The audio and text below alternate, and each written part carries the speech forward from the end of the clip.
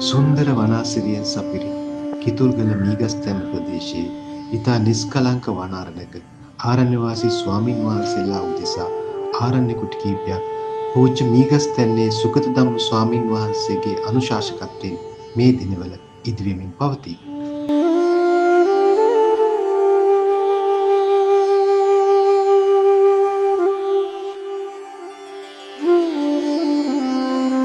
අනාගතයේ බිහිවන රහතන් වහන්සේලා උදෙසා මෙහි පළමු කුටිය මාමිත්‍ර සුජීව විධානපතිරණ මහතාගේ දායකත්වයෙන් පෙබරවාරි මාස 4 වෙනිදා පූජා කිරීමට නියමිතය.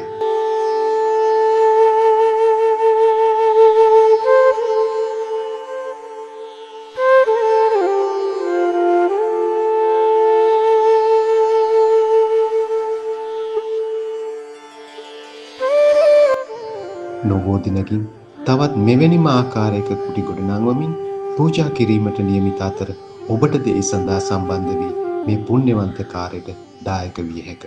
ඔබ සැමට තෙරුවන් සරණයි.